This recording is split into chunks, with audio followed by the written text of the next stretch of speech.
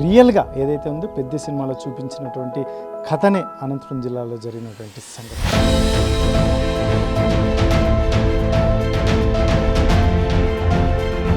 ఒక 5 months తర్వాత leave తీసుకుని ఇంటికి వచ్చేటప్పుడు ఇది ట్రైన్ యాక్సిడెంట్ అన్ఎక్స్పెక్టెడ్గా జరిగింది. నేను రిటర్న్ 4 months బెడ్ రెస్ట్ తీసుకొని అక్కడికి వెళ్తే నా జాబ్ నాకు ఉంటుంది కదా అని అనుకున్నా. కానీ మళ్ళీ అక్కడ మెడికల్కి నన్ను తీసుకెళ్ళి నాకు 2019లో కానీ ఇక్కడ సచివాలయం జాబ్ వచ్చింది స్పోర్ట్స్ కోటాలోనే. 2016లో నేను మరెప్పన్ తంగవేలు గోల్డ్ మెడల్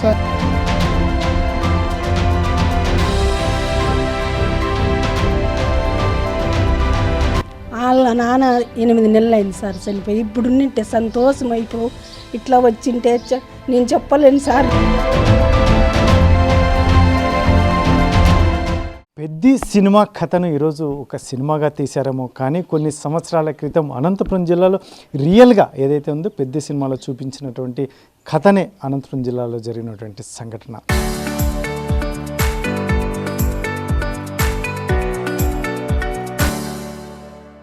ఒక సెంట్రల్ ఫోర్స్లో జాబ్ చేస్తూ సెలవులో ఇంటికి వస్తున్న తరుణంలో ట్రైన్ యాక్సిడెంట్లో కాలు పోగొట్టుకున్నటువంటి బాలు మనతో ఉన్నారు. చూడొచ్చు మనం అసలు ఆ రోజు ఎన్నో ఆశలతో తను ఉద్యోగం చేస్తూ తన కుటుంబాన్ని తన తల్లిదండ్రులని అద్భుతంగా చూసుకోవాలనే ఒక తలంపుతో సెలవు మీద ఇంటికి వస్తున్న తరుణంలో ముఖ్యంగా ప్రమాదం ట్రైన్ యాక్సిడెంట్లో ఒక కాళ్ళు కోల్పోయినటువంటి నేపథ్యంలో మరి ఒకసారి తనను నిరూపించుకోవాలి, తన తల్లిదండ్రులని బాగా అత్యున్నతంగా వాళ్ళని చూడాలి అనే ఉద్దేశంతోనే ఏకంగా మరి స్పోర్ట్స్ వైపు షార్ట్ పుట్లో కూడా ఎన్నో మెడల్స్ సాధించినటువంటి బాలు మనతో ఉన్నారు. అసలు ఏం చెప్తారో ఆయన మాటల్లో వినే ప్రయత్నం చేద్దాం. ముఖ్యంగా ఎందుకంటే ఒకసారి జీవితంలో కొన్ని ఏదైనా అనుకోని సంఘటనల వల్ల ప్రమాదాలు జరిగితే కాలు చేయి కోల్పోతే మాత్రం తిరిగి కోలుకోవాలంటే అంత ఆషామాషి విషయం కాదు. కాకపోతే మరి ఈరోజు బాలు ఉన్నాడు, ఏం చెప్తారు, ఏంటండి మీ సంఘటన అనేది ఏంటి, ఎలా జరిగింది మీ యాక్సిడెంట్? సార్ నేను ఇంటికి లీవ్ తీసుకొని ఇంటికి వచ్చేటప్పుడు ట్రైన్ యాక్సిడెంట్ డోర్ దగ్గర ఉన్నప్పుడు సడన్గా డోర్ అనేది జాబ్ సిఐఎస్ఎఫ్లో సెంట్రల్ ఇండస్ట్రియల్ సెక్యూరిటీ ఫోర్స్లో జాబ్ చేస్తుంటే ఒక 5 months తర్వాత లీవ్ తీసుకుని ఇంటికి వచ్చేటప్పుడు ఇది ట్రైన్ యాక్సిడెంట్ అన్ఎక్స్పెక్టెడ్గా జరిగింది. నేను అస్సలు ఊహించుకోలేదు. యాక్సిడెంట్లో అప్పుడు నాకు కాలు ఇక్కడ వరకు తీసేశారు సార్, బిలోని వరకు తీసేశారు. మళ్ళీ నాకు ఆఫ్టర్నూన్ 2 o'clock యాక్సిడెంట్ అయితే మళ్ళీ నెక్స్ట్ డే మార్నింగ్ 4:30, 5 o'clock అట్లా హాస్పిటల్లో అడ్మిట్ అయ్యాం. అంతవరకు ఆ రోజున మొత్తం రాష్ట్ర బంద్ అని హాస్పిటల్స్లో ఫుల్ క్రౌడ్ ఉండి బస్సులు తిరగక నన్ను ఫస్ట్ కర్నూలుకి తీసుకెళ్లారు. మళ్ళీ ఆ తర్వాత హైదరాబాద్ మొత్తం ఉస్మాన్ హాస్పిటల్ కానీ మొత్తం గాంధీ హాస్పిటల్ కానీ పెద్ద పెద్ద అన్నీ తిప్పి లాస్ట్కి చివరకు నాంపల్లి కేర్ హాస్పిటల్లో జాయిన్ చేయించారు సార్.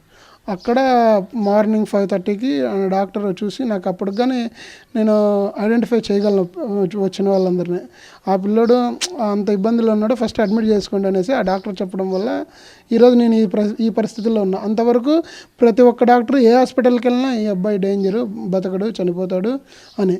ఫస్ట్ ఆఫ్ ఆల్ ఇక్కడ అనంతపూర్ ప్రభుత్వ ఆసుపత్రిలో కానీ చూసి జస్ట్ నార్మల్ ట్రీట్మెంట్ చేసి కర్నూలుకి సజెస్ట్ చేశారు. అంటే ఇప్పుడు యాక్సిడెంట్ అయింది మీకు, ఆ యాక్సిడెంట్తో మీరు అంతకుముందు చేస్తున్నటువంటి ఉద్యోగం అక్కడ అధికారుల నుంచి మీకు స్పందన ఎలా వచ్చింది? అంటే అప్పటికి మీకు జీవితం నాకు లేదనుకున్నారా, ఏం ఫీల్ అయ్యారు?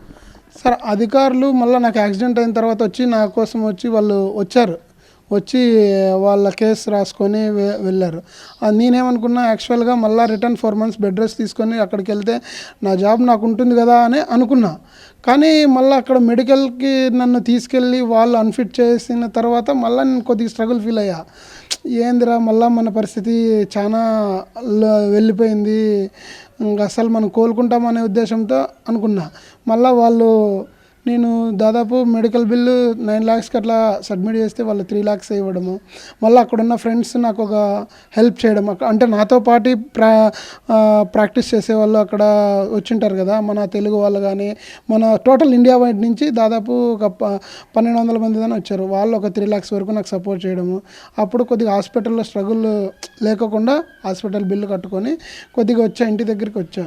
ఆ తర్వాత మళ్ళీ బెడ్ రెస్ట్ తీసుకొని మళ్ళీ అక్కడికి వెళ్ళి మళ్ళీ ఆ తర్వాత చాలా స్ట్రగుల్స్ ఫీల్ అయ్యాను సార్. అప్పుడు వాళ్ళు టర్మినేట్ చేసి ఇక్కడ మళ్ళీ ఇంటికి వచ్చిన వెంటనే చాలా ఖాళీగా ఉన్నాను నేను. అప్పుడు ఏం చేయాలో తెలీదు.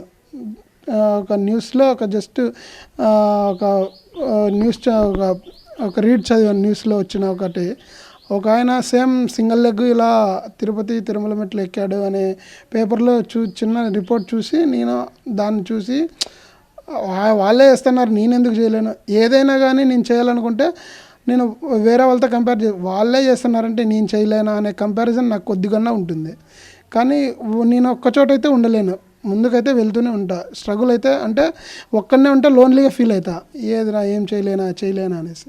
అందుకనేసి నేను ముందుకు వెళ్తూనే ఉంటాను. అంటే మొత్తం మీద అయితే మీరు ఏదో ఒకటి సాధించాలి, గతంలో ఉన్నటువంటి లైఫ్ని మరొకసారి ఛేదించుకోవాలనే ఉద్దేశంతోనే ముందుకు వెళ్ళారా? ఏం చేశారు సార్?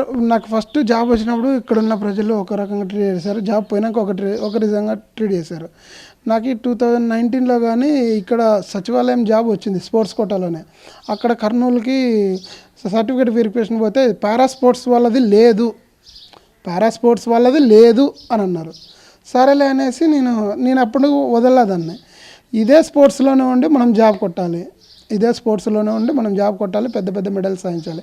2016లో నేను మరెప్పన్ తంగవేలు గోల్డ్ మెడల్ సాధించినప్పుడు మొత్తం టోటల్ ఇండియా గుర్తుపట్టింది. మరెప్పన్ తంగవేలు పారా అథ్లెటిక్స్లో మరెప్పన్ తంగవేలు హై జంప్లో సేమ్ ఆయనకి లెగ్ ఇంజురీ అంటే బిలోని. నేను ఆయన చూసి కొద్దిగా ఇన్స్పైర్ అయినా. రేపొద్దున మనకి లెగ్ లేకపోయినా మన ఈవెంట్లో మనము రేపొద్దున షార్ట్ పుట్లో రేపొద్దున ముందుకు వెళ్తాము, మెడల్స్ కొట్టగలం అనే ఉద్దేశంతోనే నేను షార్ట్ పుట్ తీసుకొని ముందుకు వెళ్తున్నా. ఇప్పుడు ప్రజెంట్ ఫ్యూచర్లో మనకి ఇంకా మంచి ఆపర్చునిటీస్ వస్తే ప్రభుత్వం తరపున కానీ ఇంకా ఏమైనా కానీ మనము ఇంటర్నేషనల్ లెవెల్స్లో మన ఇండియా తరపున మంచి మెడల్స్ సాధించగలని ఖచ్చితంగా చెప్పగలను. ప్రస్తుతం అయితే పారా అథ్లెటిక్లో మీరు మంచి మెడల్స్ సాధించారు. ఎన్ని మెడల్స్ సాధించారు? ఇప్పుడు హైయెస్ట్ మెడల్ ఏదండి? సరే, హైయెస్ట్ మెడల్ వచ్చేసి నాకు first of all national gold medal sir. మళ్ళీ ఆ తర్వాత నేషనల్ టాప్ 8 తీసుకొని ఖేలో ఇండియాకి సెలెక్ట్ చేస్తారు సార్. దాంట్లో ఖేలో ఇండియాలో సిల్వర్ మెడల్. ఇప్పుడు నెక్స్ట్ ఖేలో ఇండియాలో సిల్వర్ మెడల్కే ట్రై చేస్తున్నాను సార్, గోల్డ్ మెడల్కి ట్రై చేస్తున్నా. నెక్స్ట్ ఖేలో ఇండియా మీట్ ఉంటుంది నెక్స్ట్ 4 months తర్వాత, దానికి ట్రై చేస్తున్నా. ఇంకా ఇంటర్నేషనల్కి ఈవెంట్కి వెళ్ళాలంటే ఏ ఈవెంట్కి వెళ్ళినా దాదాపు ఒక 7 to 10 lakhs వరకు ఖర్చు అవుతుంది సార్. అది ఇంటర్నేషనల్ ఈవెంట్ అంటే వేరే కంట్రీస్లో పెడతారు, దానికి మనకి స్పాన్సర్షిప్ ఖచ్చితంగా కావాలి. నేను దాని గురించి ఆలోచించలేదు, కానీ స్పాన్సర్షిప్ గురించి ఫస్ట్ మన ఇండియాలో జరిగే ఖేలో ఇండియాకి కానీ నేషనల్ ఈవెంట్కి కానీ దానికే ట్రై చేస్తున్నాను సార్. దానికి అందరి సహకారం నాకు లభిస్తే ఇంటర్నేషనల్ ఈవెంట్ మెడల్ కొట్టేదేం పెద్దదేం కాదు, కానీ సహకారం అందించాలి సార్. ఇప్పుడున్న ఫైనాన్షియల్ ఇష్యూస్ వల్ల నేను అక్కడికి వెళ్ళలేను. ఇక్కడ స్పాన్సర్ దొరికితే ఖచ్చితంగా మెడల్ కొట్టేస్తాను సార్, న్యాయం చేస్తాను సార్. అయితే ఇప్పుడు బాగా చర్చ జరుగుతుంది. ఇప్పుడు పెద్ద సినిమా అనేది చాలా అద్భుతంగా ఉంది. ఆయన ఒక ఊరి కోసం గుర్తింపు కోసం చేసినటువంటి త్యాగం, ఇంకోటి స్పోర్ట్స్ ఆడడం, ఆల్మోస్ట్ గతంలో మీకు ఎదురైనదే అంటున్నారు. ఏంటి అది చాలా దగ్గరగా ఉందా ఆ సినిమాను మీకు ప్రత్యక్షంగా జరిగినటువంటి సంఘటనలు? సార్ ఖచ్చితంగా నాకు చాలా దగ్గరగా ఉంది సార్. ఫస్ట్ యాజ్ ఇట్ ఈజ్గా నేను ఎలా ఉండేటన్నా, పనికి వెళ్తూ కాలేజీకి వెళ్తూ క్రికెట్ ఆడుకుంటా. ఫస్ట్ ఆఫ్ ఆల్ నేను కాలేజ్కి ప్రిఫరెన్స్ ఇస్తా అంటే, మామూలుగా పనికి వెళ్తా అంటే, ప్లస్ క్రికెట్కి ప్రిఫరెన్స్ ఇస్తా అంటే, ఈ 3 నా లైఫ్లో ఉండ. మళ్ళీ ఆ తర్వాత కాలేజ్లో ఏమంటే సినిమాలో ఒకటి రెజ్లింగ్ ఉంది, నేను కబడ్డీ ఆడేవాడిని, అంతే తేడా. మిగతాదంతా ఇంకా సేమ్. నేను నేషనల్లో మెడల్ ఎట్లా కొట్టాడో sir Ram Charan sir same అదే ఈవెంటే. ఆయన రామ్ చరణ్ సారు మాలాంటి వాళ్ళని గుర్తించి పారా దాంట్లో ఆయన మెడల్ కొట్టి ఆయన పెట్టాడంటే, సబ్జెక్ట్ పెట్టాడంటే డైరెక్టర్ కానీ సార్ కానీ రామ్ చరణ్ సార్ కానీ చాలా వాళ్ళ గ్రేట్ సార్. వాళ్ళ ఆలోచనకే చాలా గ్రేట్. మాలాంటి వాళ్ళు ఫస్ట్ టైం గుర్తించుండేది వాళ్ళే. అంతకుముందు నేను సేమ్ ఇదే మెగాస్టార్ ఫ్యామిలీ సార్ వాళ్ళ నుంచి సుప్రీం సినిమాలో నాకు యాక్సిడెంట్ అయినప్పుడు 2016లో సుప్రీం సినిమా రిలీజ్ అయింది సార్. ఎవరిది? మన సాయిధరం తేజ గారిది. లాస్ట్లో ఆయన ఒక వీడియో పెడతాడు సేమ్ ఇలాంటి హ్యాండిక్యాప్డ్ వాళ్ళదే. నేను అప్పుడు కొద్దిగా ఇన్స్పైర్ అయినా, ఇలాంటి వాళ్ళని ఇలాగా తీసుకుంటారా, ఇట్లయినా తీసుకుంటారా అనేసి. నాకైతే చాలా సంతోషంగా ఉంది సార్. ఈ సినిమాలో మా గురించి, మా పారా అథ్లెట్ల గురించి ఆయన ఒక లాస్ట్ 30 minutes పెట్టడం చాలా సంతోషంగా ఉంది సార్. మీరు పెద్ద సినిమా సబ్జెక్ట్ మీకు ఎవరైనా చెప్పారా? సినిమా చూస్తే ఏమనిపించింది? మొత్తానికి మీరు డైరెక్ట్ తెలుసుకొని వెళ్ళారా, ఎవరైనా మీ ఫ్రెండ్స్ చెప్పారు? సార్ నాకైతే దాని గురించి ఎవరు చెప్పలేదు, కానీ నేను యాక్చువల్గా మెగాస్టార్ ఫ్యామిలీ ఫ్యాన్. యాక్చువల్గా నేను ఏ సినిమా రిలీజ్ అయినా ఫస్ట్ డేనే వెళ్తా. నాకిన్నా ముందు మా ఫ్రెండ్ ఫస్ట్ ప్రీమియర్ షోకి వెళ్ళాడు.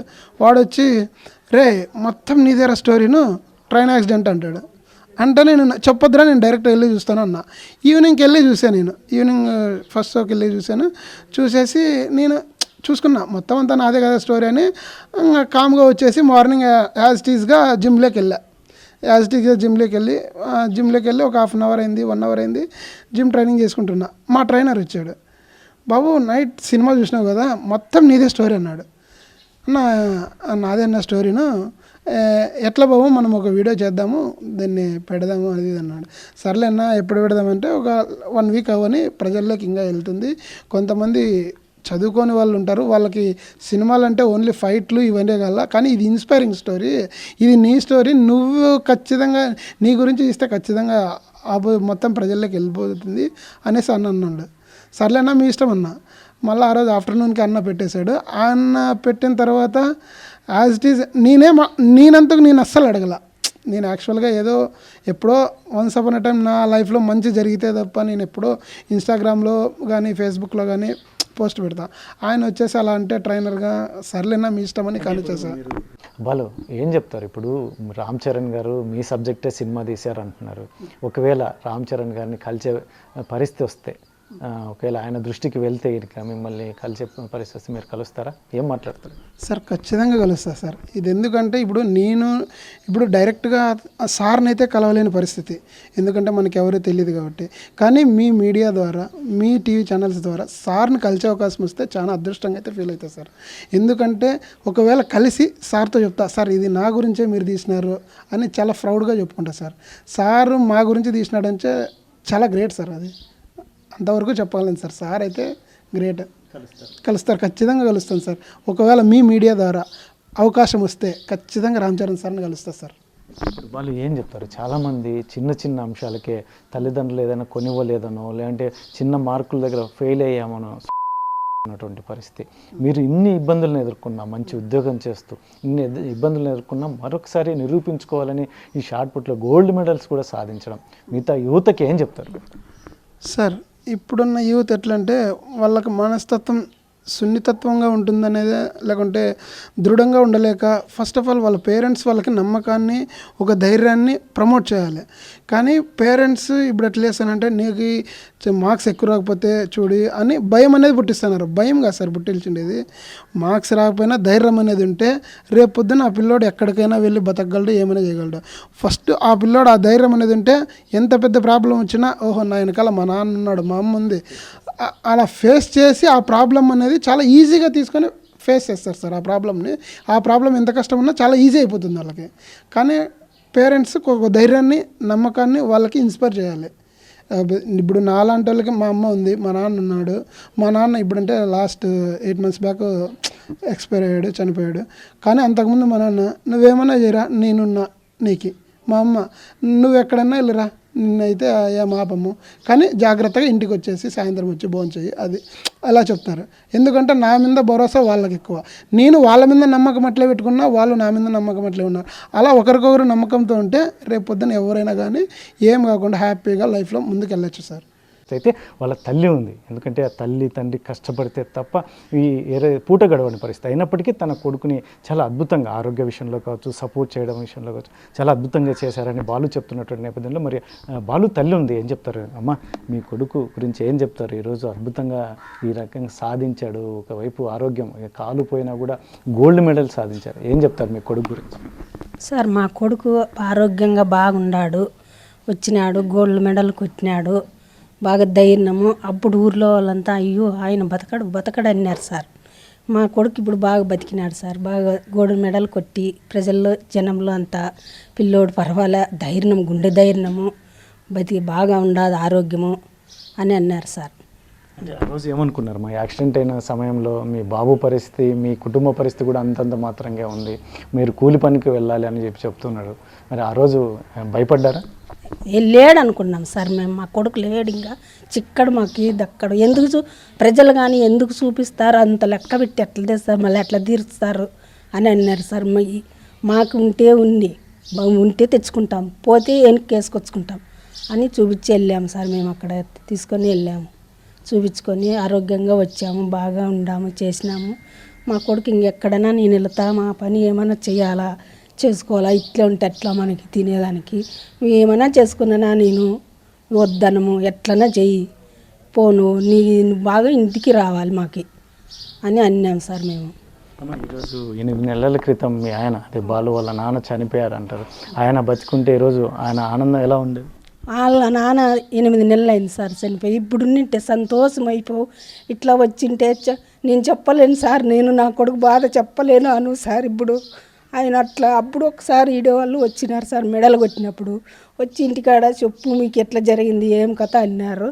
అయినా ఆయన చెప్పలేక నేను చెప్పలేక ఊరికి అయినాం సార్. మా కొడుకు ఎందుకు చెప్పినాడు, పంపించినారు, ఇంకంతే, ఇంకా అది వదిలేసినాం సార్. ఇంకంతేను అట్లా మా పరిస్థితి ఇట్లా అయిపోయింది సార్. ఇప్పుడు మాకి ఏదో మా కొడుకు సంతోషంగా అంతా బాగా ఉంది, నేను ఏదైనా సాధించుకుంటాను, సాధించుకో అన్నాం సార్ మేము. వాళ్ళ ఈరోజు ఉండింటే ఎంత ఇట్లా ఈడో వాళ్ళు వచ్చినారని సంతోషము బాగా. నా కొడుకు రావాల, నా కొడుకు కొడతాడు, ఏందన్నా కానీ తెచ్చుకుంటాడు, సాధిస్తాడు అని అంటానే ఉంటాడు సార్. బాగా అట్లా అయిపోయింది సార్ ఇంకా పరిస్థితి. అలా ఆయనకి ఖర్చు పెట్టుకున్నాడు, బాగా చూపించుకున్నాడు. ఆయన ఏమేమి పెట్టినా కాలేదు సార్, మాకి ఖర్చు పెట్టినా ఏం చేసినా కాలేదు సార్. ఇది అనంతపూర్ జిల్లాకు చెందినటువంటి పెద్ది అంటే బాలు ఏదైతే ఉందో అది జరిగినటువంటి సంఘటనలే ఈరోజు పెద్ది సినిమాగా వచ్చినటువంటి నేపథ్యంలో మరి బాలు పూర్తిగా వైరల్ అవుతున్నటువంటి నేపథ్యం. మొత్తం మీద అయితే మాత్రం తను ఒక మంచి ఉద్యోగం చేస్తూ ఇంటికి వస్తున్నటువంటి సమయంలో ట్రైన్ యాక్సిడెంట్తో కాలు కోల్పోవడం, మరీ తిరిగి ఆ కుటుంబాన్ని ఆదుకోవాలి, మా తల్లిదండ్రులను బాగా చూసుకోవాలనే ఉద్దేశంతోనే మరీ తిరిగి స్పోర్ట్స్ ఏదైతే ఉందో పారామెడికల్స్లో కూడా గోల్డ్ మెడల్ సాధిస్తున్నటువంటి నేపథ్యం. మరి మరింత ఏదైతే ఉందో రాబోయే కాలంలో కూడా మరిన్ని మెడల్స్ సాధించాలనే ఉద్దేశంతోనే ముందుకు వెళ్తున్నటువంటి బాలు మనతో ఉన్నారు. మరి మరొక అంశం అతనికి చాలా ఇంట్రెస్టింగ్గా ఉంది. మా సంబంధించినటువంటి అంశం తీసుకొని రామ్ చరణ్ సినిమా తీయడం అనేది చాలా అద్భుతమైన విషయం అని ఒకవైపు చెప్తూనే రామ్ చరణ్ని కలవడానికి అవకాశం వస్తే మీడియా ద్వారా రామ్ చరణ్ దృష్టికి వెళ్తే మాత్రం ఖచ్చితంగా నన్ను పిలిపించుకొని మాట్లాడతాడు, ఖచ్చితంగా నేను కలవాలని అనుకుంటున్నాను అని చెప్పేసి ఏదైతే ఉందో బాలు చెప్తున్నటువంటి నేపథ్యంలో మరి చూడాలి రామ్ చరణ్ దృష్టికి వెళ్ళేలా ఆర్టీవీ కూడా ప్రయత్నం చేస్తుంది ఖచ్చితంగా. ఎందుకంటే రామ్ చరణ్ ఒకసారి బాలుతో మీట్ అయితే మాత్రం చాలా అద్భుతం. ఎందుకంటే తను కోల్పోవడం, గుండె ధైర్యం కోల్పోకుండా తను సాధించినటువంటి విషయం అంత ఆషామాషి విషయం కాదు.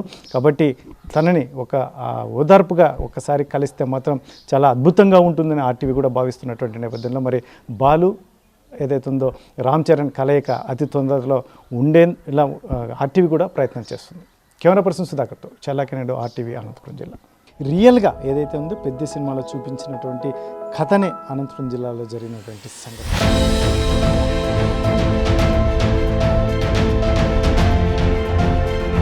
ఒక 5 months తర్వాత లీవ్ తీసుకుని ఇంటికి వచ్చేటప్పుడు అది ట్రైన్ యాక్సిడెంట్ అన్ఎక్స్పెక్టెడ్గా జరిగింది. నేను రిటర్న్ 4 months బెడ్ రెస్ట్ తీసుకొని అక్కడికి వెళ్తే నా జాబ్ నాకు ఉంటుంది కదా అని అనుకున్నా. కానీ మళ్ళీ అక్కడ మెడికల్కి నన్ను తీసుకెళ్ళి నాకు 2019లో కానీ ఇక్కడ సచివాలయం జాబ్ వచ్చింది స్పోర్ట్స్ కోటాలోనే. 2016లో నేను మరెప్పన్ తంగవేలు గోల్డ్ మెడల్